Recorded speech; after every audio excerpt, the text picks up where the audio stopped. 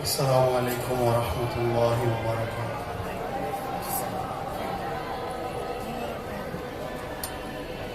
اعوذ باللہ من الشیطان اللعین الرجیم، بسم اللہ الرحمن الرحیم۔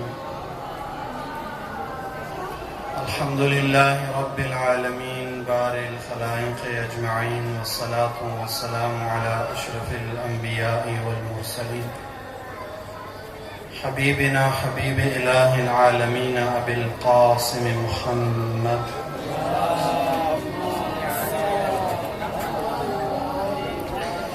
وعلى آلہ الطیبین الطاہرین المعصومین المنتجبین، لا سیما بقیۃ اللہ فی الارضین، اما بعد، فقال الامام حسین بن علی علیہم السلام: لا واللہ یا ابن عمی لا فارقت هذا الطریق ابدا، او انظر الى ابیات مکہ او یقضی اللہ فی ذلک ما یحب ویرضى۔ درود پڑھیے محمد والا۔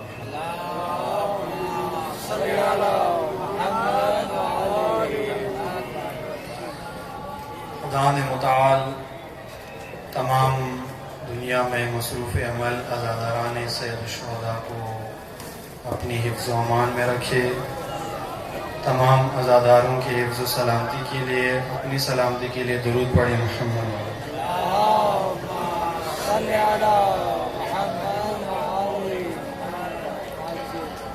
مدینہ سے خروج کرتے وقت امام علیہ السلام نے چچا زاد بھائی مسلم ابن عقیل علیہ السلام کے محضر میں ایک فرمان ارشاد فرمایا۔ جب مسلم نے امام کو مشورہ دیا کہ کسی گمنام راستے سے ہم مدینہ سے نکل جاتے ہیں، تو امام نے فرمایا کہ، اور مسلم نے ساتھ ایک مثال بھی دی امام کو کہ اس راستے پہ نکلتے ہیں جس راستے پہ عبداللہ ابن زبیر نکلے، چونکہ آپ کی خدمت میں اشارہ کیا تھا کہ جب امیر شام کا یہ نابکار بیٹا برسر اقتدار آیا تو کچھ شخصیات سے انہوں نے، ان کی مشاوروں نے ہر صورت میں بیعت لینے پہ اصرار کیا، اور یزید کا بھی اسی پہ اصرار تھا۔ در حقیقت امیر شام کی وصیت تھی یزید کو کہ عرب کی کچھ شخصیات سے آپ نے ہر صورت میں بیعت لینا ہے، جن میں سے ایک امام حسین علیہ السلام کا نام تھا، اور اسی طرح امام کے ساتھ ساتھ کچھ اور شخصیات کے بھی نام تھے۔ ان میں سے ایک نام عبداللہ ابن زبیر کا تھا، زبیر ابن عوام کا بیٹا تھا۔ زبیر ابن عوام کی شخصیت سے آپ واقف ہوں گے، تاریخ ہے اس کی، اپنی ایک داستان ہے، اس طرف نہیں جانا چاہتا، لیکن عبداللہ ابن زبیر، زبیر ابن عوام کا بیٹا، امام حسین علیہ السلام کے دور میں بہت بڑا نام تھا۔ اسلام اور حجاز کے مسلمانوں کے اندر عبداللہ ابن زبیر بہت بڑی شخصیت تھی، اور ایک خواص میں سے شمار ہوتا تھا، سردار تھا، ایک رہنما اور لیڈر تھا، آپ سمجھیں۔ جب یزید نے اس سے بیعت کا مطالبہ کیا عبداللہ ابن زبیر سے، تو اس نے یزید کی بیعت بھی نہیں کی، لیکن یزید کے خلاف قیام بھی نہیں کر سکا، چونکہ جرأت نہیں تھی، خوف تھا اور عوامل تھے۔ اس نے یزید کے خلاف قیام تو نہیں کیا، لیکن بیعت بھی نہیں کی، اور اس نے راہ حل یہ اختیار کیا، راستہ یہ اختیار کیا کہ یہ مدینہ سے رات کی تاریکی میں ایک گمنام راستے سے چھپکے سے نکل گیا۔ مسلم ابن عقیل نے امام حسین علیہ السلام سے فرمایا کہ ہم بھی اسی طرح کرتے ہیں، عبداللہ ابن زبیر کی طرح کسی ایسے راستے پہ نکل پڑتے ہیں کہ حاکم کو معلوم ہی نہ ہو کہ حسین کس راستے پہ نکلے ہیں، کس منزل کی طرف نکلے ہیں۔ تو امام نے فرمایا کہ لا فارقت هذا الطریق ابدا، میں اس راستے کو کبھی بھی ترک نہیں کروں گا، نہیں چھوڑوں گا، یہ راستہ گمنام راستے پہ نہیں نکلوں گا، کعبہ پہنچ جاؤں گا، یا شہادت کے رتبے پہ فائز ہو جاؤں گا، لیکن راستہ حسین چھوڑنے والے نہیں ہیں۔ امام علیہ السلام کی یہ تحریک، یہ کربلا کا قیام، یہ کربلا کا حماسہ، یہ کربلا کا امام حسین علیہ السلام کا یہ قیام لوگوں کو بیدار کرنے کے لیے ایک بہت بڑی تحریک تھی امام علیہ السلام کی۔ وہ لوگ جو 61 ہجری میں 60 ہجری میں اسلام کی پہلی نسل جو تھی وہ غافل ہو گئی تھی، وہ اپنے روزمرہ کے امور میں مصروف تھے، اور وہ لوگ دین اور حاکم اور ولایت اور خلافت اور اسلامی معاشرے سے لا تعلق رہ گئے تھے۔ کچھ لوگ عبادت میں مصروف تھے، کچھ تجارت میں مصروف تھے، کچھ اپنے خاندانی امور میں مصروف تھے، دین کا کسی کو کوئی لحاظ نہیں تھا۔ ایسے میں جب حسین ابن علی نے دیکھا کہ ساری امت غافل ہے، ساری امت نیند میں ہے، ساری امت لا تعلق ہے، تو امام نے ایک ایسا قیام برپا کیا کربلا کی سرزمین پر کہ جس سے ساری امت جاگ جائے، بیدار ہو جائے، غفلت سے اٹھ کر ہوشیاری میں آ جائے، اور لا تعلقی کو چھوڑ کر معاشرے کے امور زمام سنبھال سکے۔ امام نے یہ قیام فرمایا بیداری کے لیے، لوگوں کو آگاہ کرنے کے لیے۔ اگر کسی معاشرے کے اندر، کسی دور میں، کسی زمانے میں، کسی ملک میں، کسی شہر میں، کسی قبیلے کے اندر، کسی قوم کے اندر کوئی حاکم ایسا آ جاتا ہے جو ظالم ہے، جابر ہے، گناہگار ہے، فاسق ہے، فاسد ہے، تو اس ملک میں، شہر میں، علاقے میں رہنے والے لوگوں کا کیا فریضہ بنتا ہے؟ آیا اس حاکم سے لا تعلق ہو کر صرف نماز اور روزہ کافی ہو جاتا ہے؟ آیا اس حاکم سے لا تعلق بیٹھ کر صرف مجلس برپا کرنا کافی ہوتا ہے؟ آیا اس حاکم سے لا تعلق رہ کر ایک دوسرے کے ساتھ نیکیاں کرنا کافی ہو جاتا ہے؟ نہیں۔ اگر کربلا کو دیکھیں، اگر عاشوراء کو دیکھیں، اگر امام حسین علیہ السلام کا مکتب مطالعہ کیا جائے، تو دین اس بات کی اجازت نہیں دیتا کہ آپ یزیدیت سے لا تعلق ہو کر عبادتوں میں مشغول ہو جاؤ، آپ وقت کی طاغوت کو اپنے کام پہ چھوڑ کر نجی محافل میں مشغول ہو جاؤ، روزمرہ امور میں مشغول ہو جاؤ، اور لا تعلقی کے ساتھ ساتھ چونکہ قوموں میں یہ رویے وجود میں آ جاتے ہیں، قومیں یہ رویے اختیار کر لیتی ہیں۔ قوم بنی اسرائیل کے اوپر فرعون مسلط ہوا تو بنی اسرائیل کا رویہ کیا تھا؟ لا تعلقی، بی تفاوتی، غیر سنجیدہ پن، یہ بنی اسرائیل کی ان کا رویہ تھا، یہ قرآن نے ذکر کیا۔ اسی طرح دیگر اقوام کے اوپر، مشرکین مکہ کے اوپر رسول اسلام سے پہلے جاہل اور جہالت کے باپ جا کے مسلط ہو گئے، ابو جہل جیسا شخص ان کا سربراہ بن گیا، لیکن وہ لوگ ٹس سے مس نہیں ہوئے، ان کو کوئی مسئلہ ہی نہیں تھا، کوئی مشکل ہی نہیں تھی، وہ ٹھیک تھے، خوش تھے، بہتر محسوس کر رہے تھے۔ یہ مزاج جو قوموں کے اندر آتی ہے، ان مزاجوں کا مداوع کرنا ضروری ہوتا ہے، لوگوں کو اس حالت سے نکالنا لازمی ہوتا ہے، وگرنہ معاشرے کی صورتحال بگڑ جاتی ہے۔ نظام جو اللہ تعالیٰ نے متعارف کیا ہے معاشرہ چلانے کے لیے، وہ نظام رک جاتا ہے، وہ نظام معطل ہو جاتا ہے۔ ایسے حالات میں ایسے اقوام کو غفلت سے بیدار کرنے کے لیے خدا نے متعال نے لوگوں کو ان آفات سے محفوظ کرنے کے لیے جو وسیلہ بنایا ہے، جو نظام بنایا ہے، جو سسٹم بنایا ہے، اس سسٹم کا نام قرآن نے امامت رکھا۔ وہ کیا ہے؟ امام۔ لیکن یہ امام جو دنیا میں آتا ہے، یہ امام جو لوگوں کے درمیان مبعوث ہوتا ہے اللہ تعالیٰ کی طرف سے، اس امام کے ساتھ لوگوں کا رویہ کیا ہوتا ہے؟ اس امام کے منظر میں لوگ کیا کردار ادا کرتے ہیں؟ تاریخ سے ثابت ہے کہ اکثر لوگ، اکثر اقوام، اکثر معاشرے میں رہنے والے لوگ اس امام کے محضر میں اس امام کو فراموش کر دیتے ہیں، اس امام کو مہجور کر دیتے ہیں، اس امام کو متروک بنا دیتے ہیں، اور اس امام کو سب کچھ مان کر اس امام کی ایک بات بھی نہیں مانتے۔ یہ تاریخ سے ثابت ہے، یہ ہر جگہ، ہر دور میں ایسا رہا ہے۔ آپ رسول اللہ کا دور دیکھیں، آپ امیر المومنین کا دور دیکھیں، آپ امام حسن مجتبی علیہ السلام کا دور دیکھیں، سید الشہداء علیہ السلام کا دور دیکھیں، اور آج تک ایسا ہے، آج تک ایسا ہے۔ امام معاشرے میں موجود ہے، لوگ حاکم جابر کے مطیع بنتے ہیں۔ امام معاشرے میں موجود ہے، لوگ حاکم فاسق سے اپنے آپ کو جوڑ دیتے ہیں، اور بڑے بڑے مومن بھی کہلائے جاتے ہیں، بڑے مسلمان بھی ہوتے ہیں، وہ بڑے بڑے کلمہ گو بھی شمار ہوتے ہیں۔ امام کے بغیر، یہ امام کے بغیر حاجی کہلائے جاتے ہیں، یہ امام کے بغیر عبادت گزار کہلائے جاتے ہیں، یہ امام کے بغیر پکے مومن کہلائے جاتے ہیں، یہ امام کے بغیر نماز گزاری بن جاتے ہیں۔ یہ امام کے بغیر اتنا دیندار کیسے بنتا ہے؟ یہ تو اللہ کے دین میں اس کی گنجائش نہیں ہے، لیکن لوگ یہ کام کر لیتے ہیں۔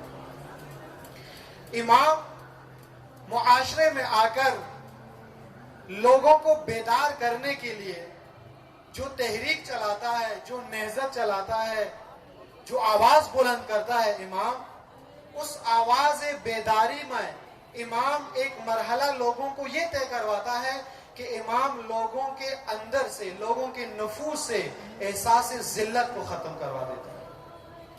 معاشرے جب ذلت میں مبتلا ہو جاتے ہیں، قومیں جب ذلت سے روبرو ہو جاتی ہیں، تو امام یہاں پہ آ کر فریضہ یہ انجام دیتے ہیں کہ امام ان لوگوں کو ذلت سے نکالتے ہیں۔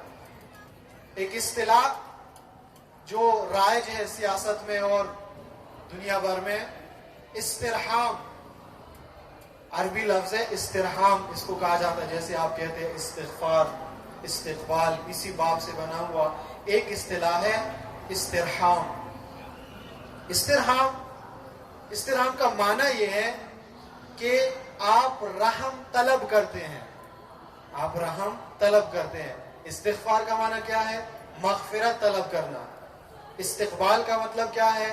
کسی کی توجہ اپنی طرف طلب کرنا۔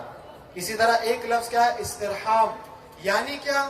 یعنی رحم کی اپیلیں کرنا، رحم کی درخواستیں کرنا، رحم کرنے کی التماس کرنا۔ دین، شریعت، اہل بیت علیہ السلام کا مکتب اور بالخصوص تشیع کے اندر استرحام کی کیفیت کسی صورت میں بھی جائز نہیں ہے کہ آپ کسی ظالم حاکم کے سامنے بیٹھ جاؤ اور رحم کی اپیلیں شروع کر دو۔ شریعت اس بات کی اجازت نہیں دیتی۔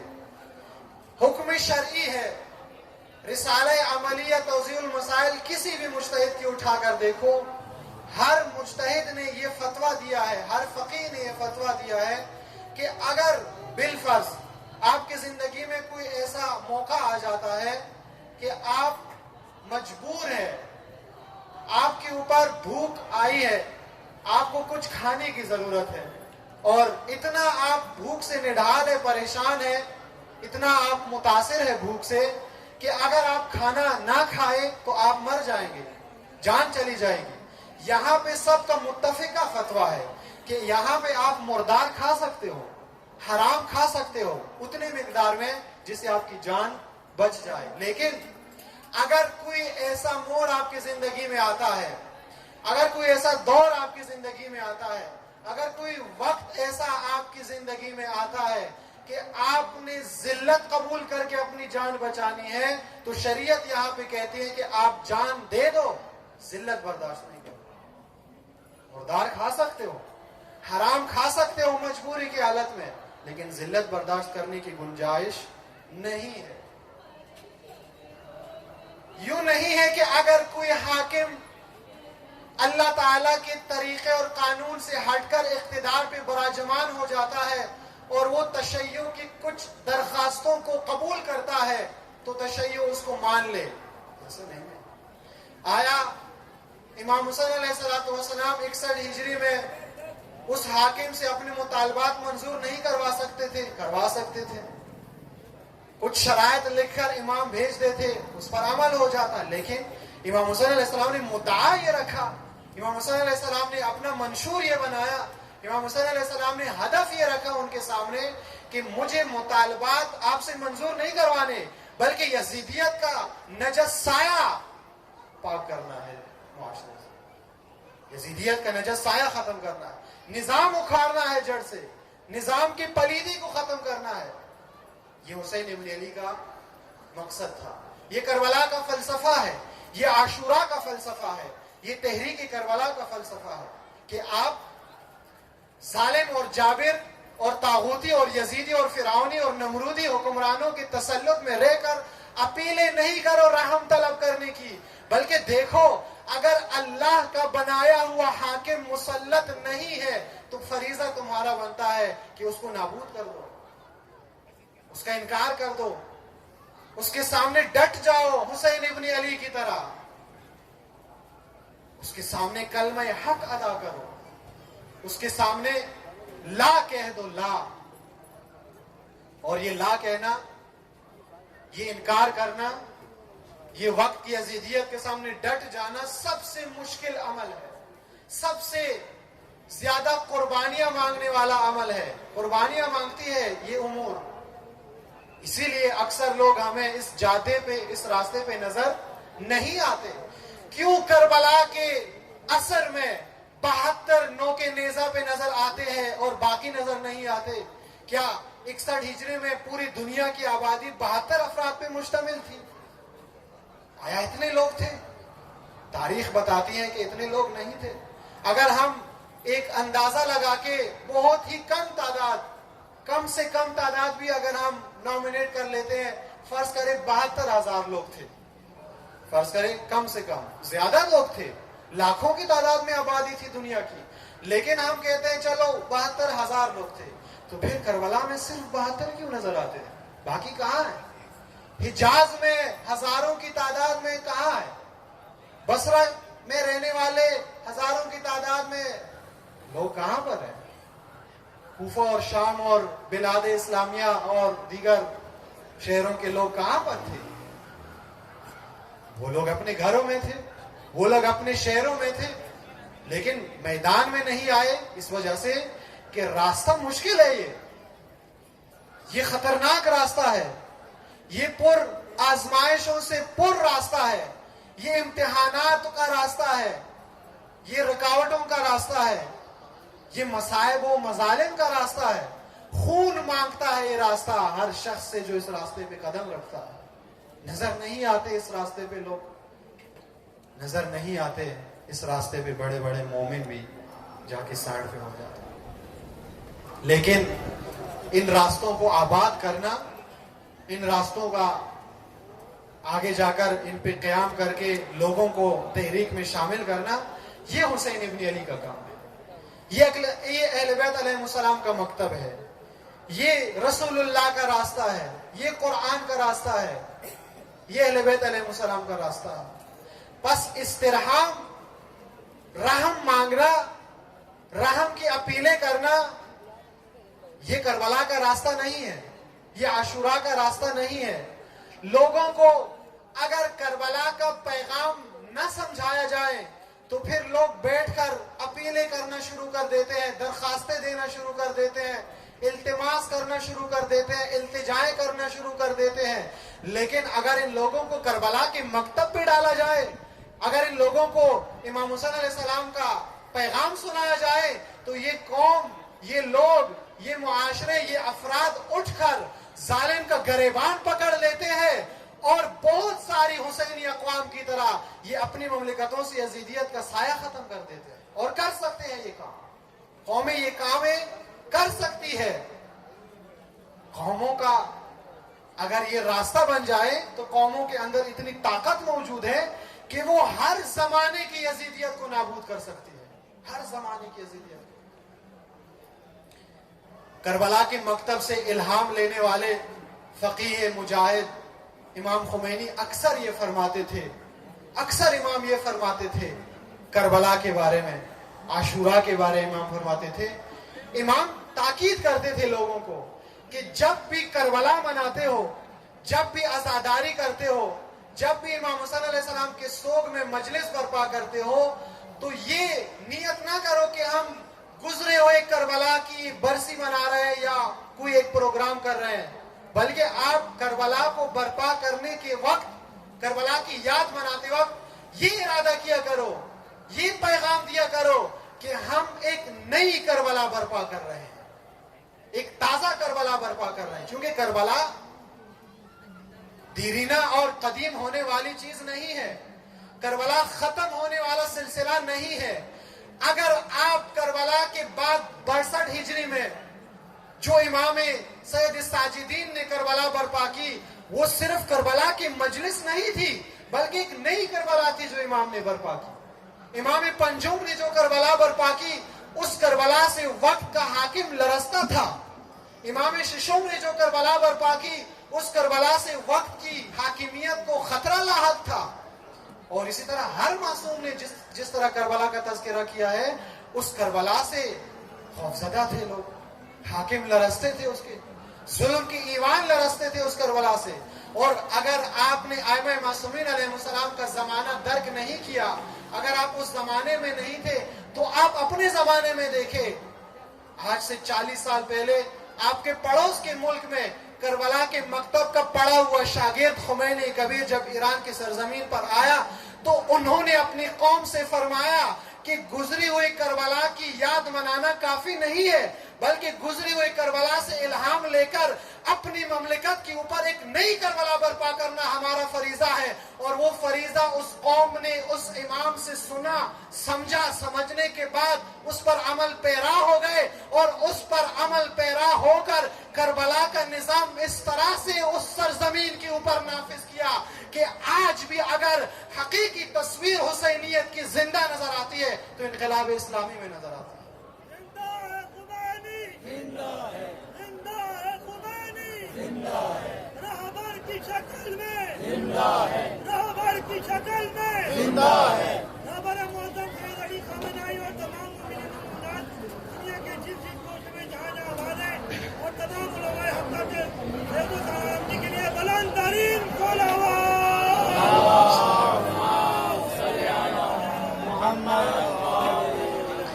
اس لیے دینداری، تدین، یہ اس کی بہت شکلیں ہو سکتی ہے۔ ہر دینداری کربلا کی دینداری نہیں کہلائی جا سکتی، ہر پیغام کربلا کا پیغام نہیں ہوتا۔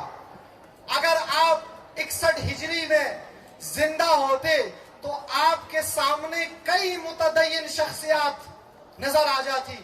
ایک تدین کی شخصیت حسین ابن علی ہوتے، اور حسین ابن علی کے متوازی بہت سارے لوگ آپ کو نظر آتے جو بہت بڑے متدین تھے، بہت بڑے دیندار تھے۔ تو کیا آپ وہاں پہ یہ کہہ سکتے تھے کہ چلو حسین ابن علی بھی دیندار ہے اور حسین ابن علی کے متوازی دوسرا بندہ بھی دیندار ہے؟ نہیں، بلکہ آپ نے ان تمام دینداروں کو چھوڑنا تھا، حسین ابن علی کا دامن تھامنا تھا۔ آج بھی اسی طرح ہے، آج بھی اسی طرح ہے۔ آج بھی صرف کربلا کا پیغام نجات دہندہ ہے، صرف عاشورہ کا پیغام نجات دہندہ ہے۔ ہر دینداری میں بیٹھ کر اللہ کرنا، ہر دینداری میں بیٹھ کر 2-4 آنسو بہا لینا، ہر دینداری میں بیٹھ کر نمازیں پڑھ لینا، ہر دینداری میں بیٹھ کر صرف عبادتیں کرنا کافی نہیں ہے۔ پہلے حسین ابن علی سے ان عبادتوں کا مقصد اور ہدف پوچھو، پھر عبادت میں آ کر آپ عبادت انجام دو۔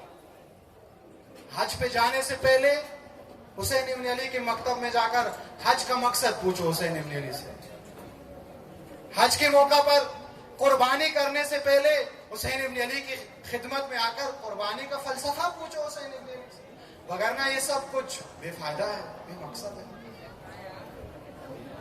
کیا وہ لوگ جو 61 ہجری میں حافظان قرآن تھے، وہ معاشر میں یہ کہہ کر وہ معافی کے حقدار پائے جائیں گے کہ ہم تو حافظ تھے، آیا ان کو معاف کیا جائے گا، ان کو قبول کیا جائے گا؟ ممکن ہی نہیں۔ تو پھر آج ہم کیوں اتنے آسودہ ہیں؟ آج ہم کیوں اتنے آسودہ بیٹھے ہوئے کہ بھائی بس سب کچھ ہو رہا ہے، سب کچھ.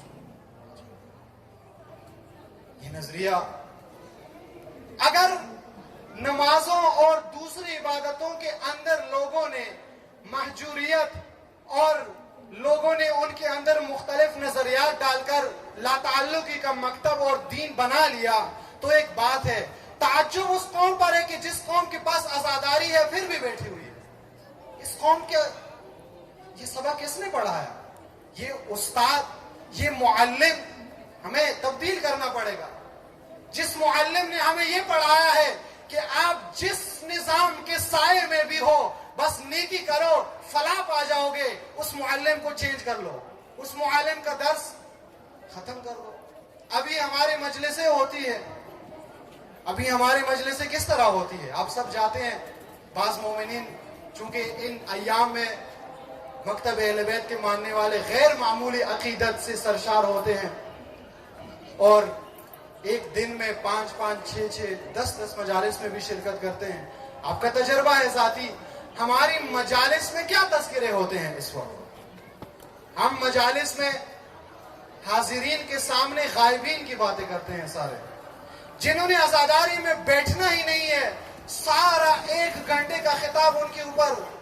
کیا مقصد ہے اس کا؟ کیا چاہتے ہو اس سے؟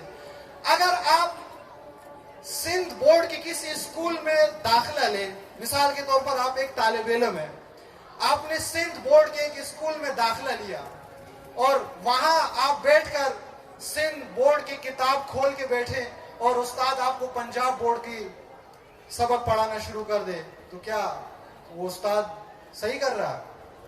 وہ جو فیس آپ سے لے رہا ہے وہ صحیح لے رہا ہے؟ آیا سال کے آخر میں آپ امتحان میں پاس ہو جاؤ گے؟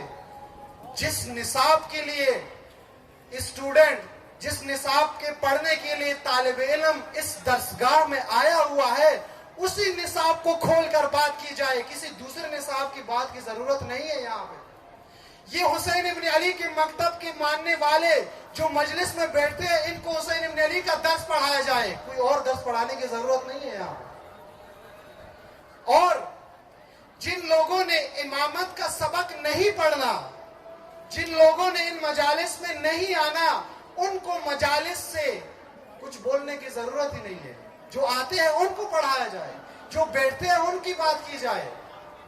1400 سال سے حاضرین کو بٹھا کر غائبین کی بات کی جاتی ہے. تعجب ہے. اسی لیے ہم کہیں نہیں پہنچتے، اسی لیے کربلا مہجور ہے. معلم کربلا، معلم عاشورہ، استاد تحریک کربلا آپ تبدیل کرے. اور علامہ اقبال نے بہت ہی خوب فرمایا تھا کہ آپ ہر ایک کا پیغام سنتے ہو، ہر ایک کی بات سنتے ہو، ہر ایک کے سامنے بیٹھتے ہو، ہر ایک کا مطالعہ کرتے ہو. کبھی علامہ اقبال کا بھی مطالعہ کرو، کبھی علامہ اقبال کا بھی پیغام سنو. اس وجہ سے کہ آپ طائر زیر دام کے نالے تو سن چکے ہو. تم وہ طائر، وہ پرندے جو ہمیشہ کسی کے قید میں رہتے ہیں، بات سمجھ رہے؟ وہ لوگ، وہ خطبہ جو ہمیشہ کسی ایگریمنٹ کے پابند ہوتے ہیں، ان کی باتیں تو بہت سنتے ہو. آؤ اس خطیب اور علامہ اقبال کی بات بھی سنو جو صرف قرآن اور حسین کی بات کرتا ہے. طائر زیر دام کے نالے تو سن چکے ہو تم، اب یہ بھی سنو کہ نالہ طائر بام اور ہے. علامہ اقبال اور کربلا کے مکتب کے حقیقی معلمین امام خمینی یہ جو درس دیتے ہیں یہ الگ ہے. یہ نالہ، یہ فریاد الگ ہے. امیر المومنین کے دور میں بہت سارے لوگ دین کی طرف لوگوں کو بلانے کی دعوت دیتے ہیں، لیکن جس دین کی طرف امیر المومنین لوگوں کو دعوت دیتے ہیں وہ دین الگ ہے، یہ دین الگ ہے. کیوں امیر المومنین نے نہج البلاغہ کے خطبات میں شکوہ کیا لوگوں سے کہ انزلنی الدہر، زمانے نے علی کو گرا دیا، نعوذ باللہ، زمانے نے علی کو کیا سمجھا. لوگ اب مقایسہ کرتے ہیں، حتی یقالو علی کا مقایسہ کس سے کرتے ہیں؟ امیر شام سے. لوگ کہتے ہیں یہ بھی دین کا بڑا ہے، وہ بھی دین کا بڑا ہے. یہ کیا بات ہو گئی؟ امیر المومنین کو اپنی قوم سے یہی شکوہ تھا کہ آپ مجھے اس ردیف میں کیوں کھڑے کرتے ہو جس ردیف میں دوسرے دینداروں کو کھڑا کرتے ہو؟ یہ خطرناک سوچ ہے، یہ نقصان دہ سوچ ہے۔ اس سوچ کے ہوتے ہوئے ہم کربلا کے ساتھ زیادتی کر رہے ہیں، ہم کربلا کے ساتھ ناانصافی کر رہے ہیں۔ ہمیں کربلا والی سوچ اپنانی پڑے گی۔ کربلا والی سوچ کیا ہے؟ کربلا والی سوچ یہ ہے، اگر کربلا کی سوچ ہم پڑھیں، اگر کربلا کی سوچ ہم ان مجالس میں تبلیغ کریں، اگر کربلا کی سوچ ہم ازادار دنیا کی دوسری اقوام کے سامنے وضاحت کریں اس سوچ کی، تو یقین کرے صرف تشیع نہیں، صرف پاکستان نہیں، صرف مومنین نہیں، دنیا کے ہر گوشہ و کنار سے ذلت کا خاتمہ ہو جائے گا۔ ہر گوشہ و کنار سے ذلت کا خاتمہ ہو جائے گا۔ کس مکتب کے ذریعے سے؟ کربلا کے مکتب کے ذریعے سے۔ ہم نے حسین ابن علی کو لاچار بنا دیا۔ نوحے بھی پڑھتے ہیں لاچار حسین۔ کس نے کہا حسین ابن علی لاچار ہے؟ کس نے کہا حسین ابن علی بے بس ہے؟ حسین ابن علی تو اتنا طاقتور امام ہے، حسین ابن علی کے پاس اتنا منبع قوت موجود ہے کہ 1400 سال بعد بھی جو لوگ اپنے آپ کو کمزور سمجھتے ہیں وہ کربلا کی طرف جب رخ کرتے ہیں تو ان کے اندر سے احساس ضعف ختم ہو جاتا ہے اور زمانے کے مقتدر ترین حکمران بن جاتے ہیں۔ ہم نے حسین ابن علی کو لاچار بنا دیا۔ وجہ؟ کیونکہ ہم نے حسین ابن علی سے نہیں پوچھا، ہم نے خود حسین کے بارے میں باتیں بنانا شروع کر دی۔ لیکن اگر دیکھا جائے حسین ابن علی نے بہت عظیم حماسہ خلق فرمایا، بیدار کرنے کے لیے، لوگوں کو یزیدیت کے خلاف اٹھانے کے لیے، لوگوں کو رائج دین سے نکالنے کے لیے، لوگوں کو حکمرانوں کے تسلط سے نکالنے کے لیے، لوگوں کو فسق و فجور سے نکالنے کے لیے حسین ابن علی نے قیام کربلا برپا کیا۔ اور آج بھی یہ کربلا ہم سے یہی تقاضا کرتی ہے کہ ہم حسین ابن علی کے اس پیغام کو سن کر جواب دیں اس کا۔ حسین ابن علی کے اس پیغام پر لبیک کہیں ہم۔ درود پڑھیں محمد و آل محمد۔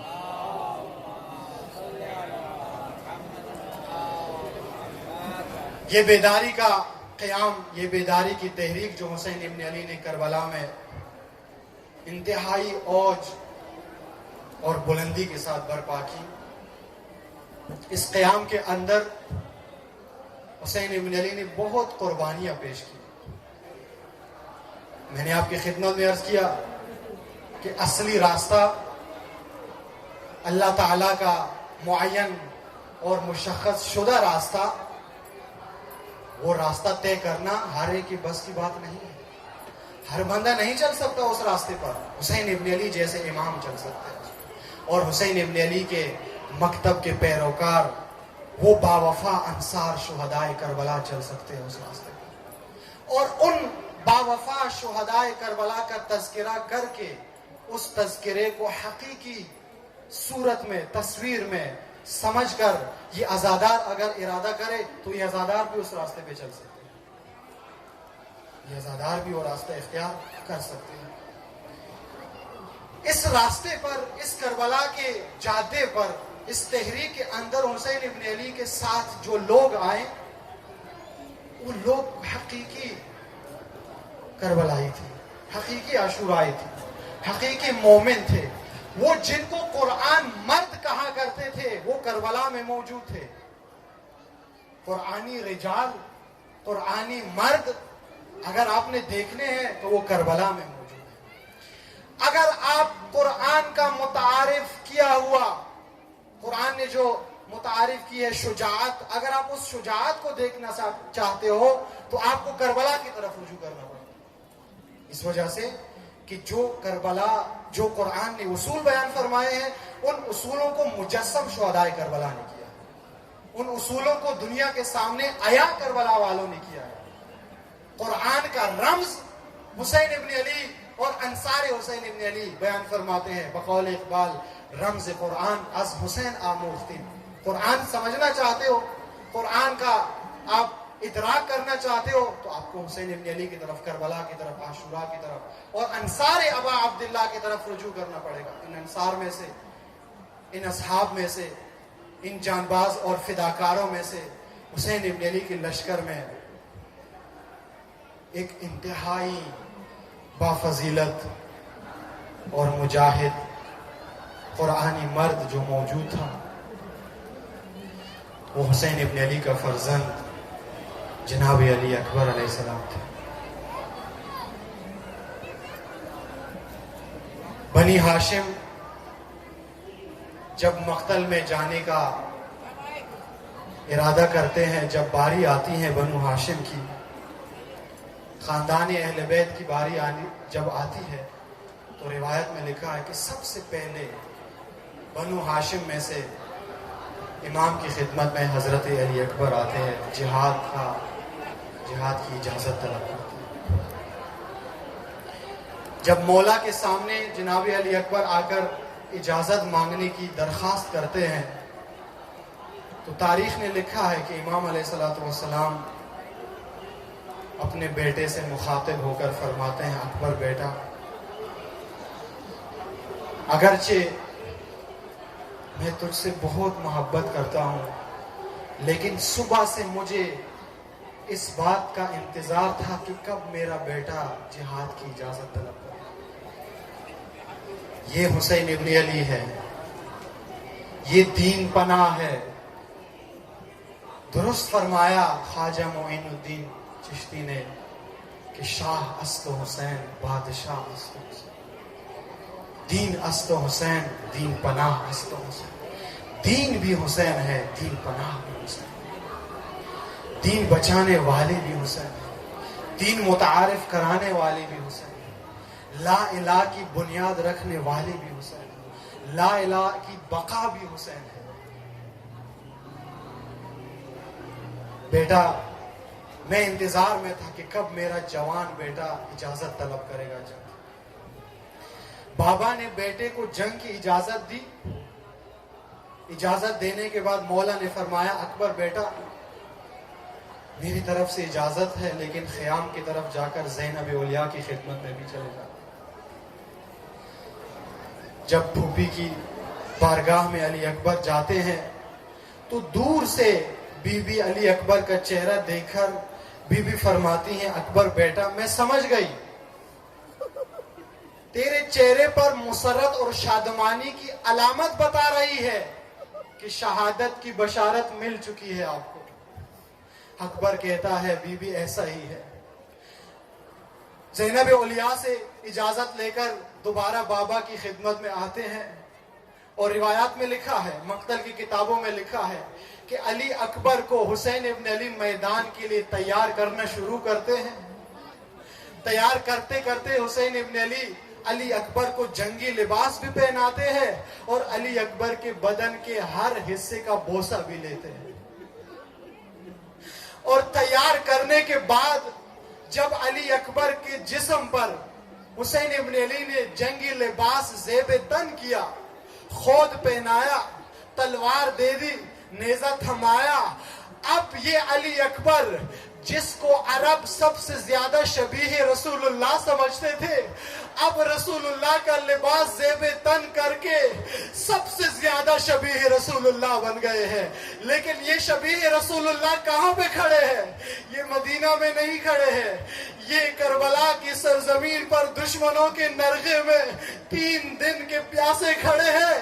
اور عزاداروں، جنگی لباس میں جناب علی اکبر کو تیار کر کے جب تیار کر لیا تو مولا نے اکبر سے فرمایا، اکبر بیٹا ایک بار خیام کی طرف بھی چلے جانا، بیویوں سے بھی ودا کر کے آنا۔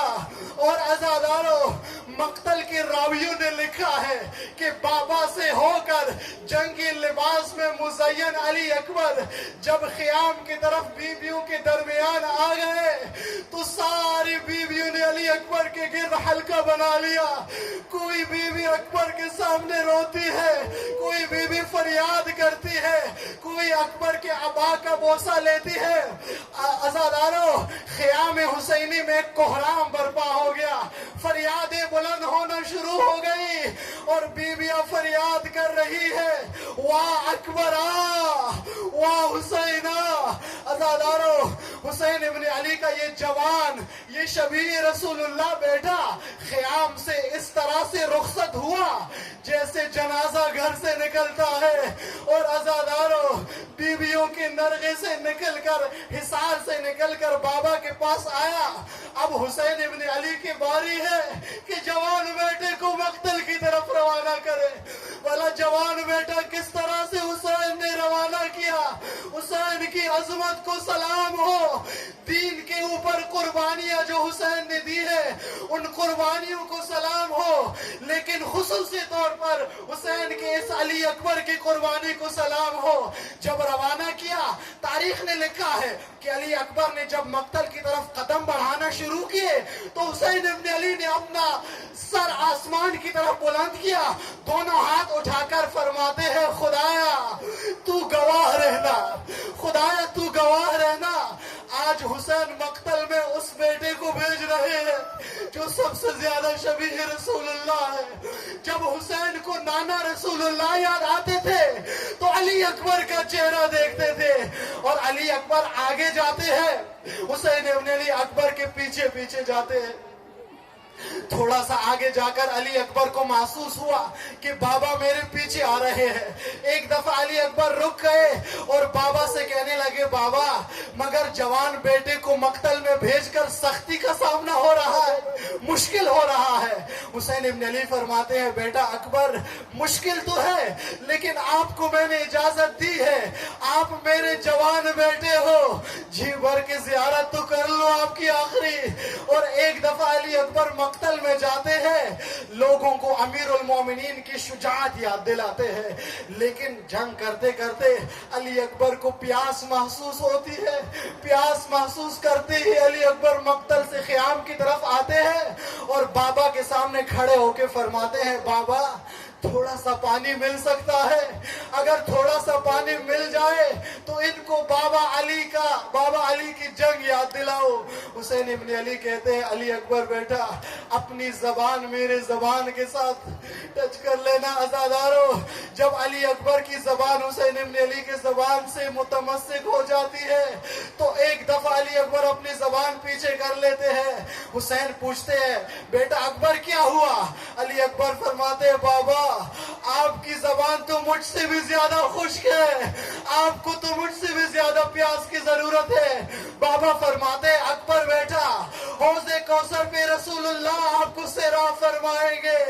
اور عزاداروں پھر ہوا یہ کہ کچھ لمحات بعد حسین ابن علی مقتل کا نظارہ کر رہے تھے، علی اکبر اللہ اکبر کی ندائیں بلند کر کے جہاد میں مصروف تھے، لیکن ایک دفعہ مقتل سے ایک فریاد بلند ہوئی، ایک استغاثہ بلند ہوا۔ کیا استغاثہ بلند ہوا؟ جوان بیٹے نے بابا کو مدد کے لیے طلب کیا۔ کیا فرمایا؟ الیہ یا ابتی، اے بابا اکبر کی مدد کو پہنچ جائیے۔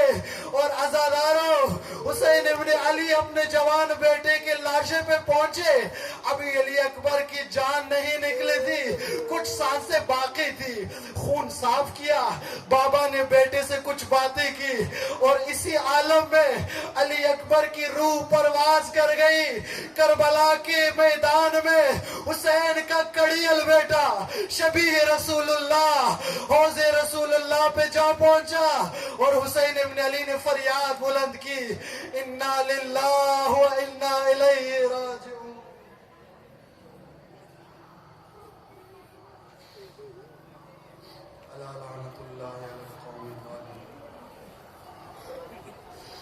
وسيعلم الذين ظلموا أي منقلب ينقلبون۔ اور اس میں العظیم العظم سب مل کے پڑھی یا اللہ یا اللہ۔ پروردگار بحق محمد وآل محمد بحق اسماء الحسنى بحق سید الشہداء علیہ الصلوۃ والسلام، ہماری یہ عزاداری، یہ نوحہ مرثیت، یہ مجلس عبادت اپنی بارگاہ میں قبول و مقبول فرما۔ پروردگار مومنین و مومنات کے اخلاص و خلوص کو شرف قبولیت عطا فرما۔ پروردگار دنیا بھر میں مصروف عمل عزاداران کی حفاظت فرما، دشمنان عزاداری کو نیست و نابود فرما۔ پروردگار مملکت پاکستان کی حفاظت فرما۔ پروردگار بحق محمد و آل محمد ہمارے مولا و مقتدی امام زمانہ کی ظہور میں تعجیل فرما، ہمیں امام کے اعوان و انصار میں سے ہونے کی توفیق عطا فرما۔ پروردگارہ دنیا بھر میں جہاں بھی کوئی مریض ہے، خصوصاً مومنین بعض نے التماس سے دعا کی ہے، مجلس میں اگر کوئی مریض ہے، پروردگارہ تمام مریضوں کو شفایابی عطا فرما، مسافرین کا سفر بخیر فرما۔ پروردگارہ ہمارے مرحومین کو اہل بیت کی شفاعت نصیب فرما۔ فرش عزا پہ آنے والے بانیان ہیں، مومنین عزادار نوع خواہ خطبہ اور ذاکرین و علماء، پروردگارہ سب کے جان و مال و آبرو کی حفاظت فرما، سب کو در اہل بیت سے اپنی حاجات برآوردہ ہونے کی توفیق عطا فرما۔ تمام مرحومین کی مغفرت کے لیے، دعاؤں کی قبولیت کے لیے، تمام عزاداروں کی حفظ و سلامتی کے لیے، بالاخص امام زمانہ کی ظہور میں تعجیل کے لیے درود پڑھیے محمد و آل محمد۔